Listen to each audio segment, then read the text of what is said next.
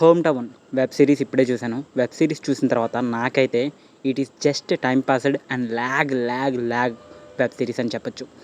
Director 90s kids చూసి same ditto xerox copy దించేసినట్టు ఉన్నాడు. Same అలాగే కొన్ని ఎపిసోడ్స్‌ని డైరెక్టర్ తన జీవితంలో జరిగిన స్వీట్ మెమోరీస్‌ని మొత్తాన్ని కలిపి ఒక వెబ్ సిరీస్ కింద డెవలప్‌మెంట్ చేసి దాన్నే ఇక్కడ హోమ్ టౌన్ కింద తీసినట్టుగా ఉన్నారు.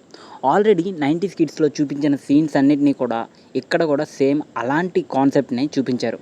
అయితే 90s కిడ్స్‌లోని కొంచెం ఎమోషనల్ అనేది కొంచెం కనెక్ట్ అవుతది ప్రతి ఎపిసోడ్‌లోని.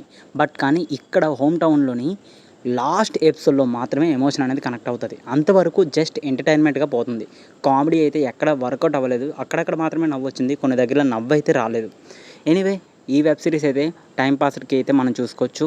అండ్ ఆల్రెడీ వచ్చిన కాన్సెప్ట్‌నే మళ్ళీ అదే కాన్సెప్ట్ తోటి వస్తున్నారు. బట్ కానీ దాన్ని చూపించడంలోనే సక్సెస్ అవ్వాలి. ఈ వెబ్ సిరీస్ కూడా అలాగే సక్సెస్ అవుతదని కోరుకుంటున్నాను. బట్ కానీ సక్సెస్ అయితే అవ్వలేదు. 90s కిడ్స్‌కు వచ్చిన ఫీల్ ఈ హోమ్ టౌన్ వెబ్ సిరీస్‌కి అంత రాలేదని అనిపిస్తుంది. అదే బెటర్ ఏమో అనిపిస్తుంది.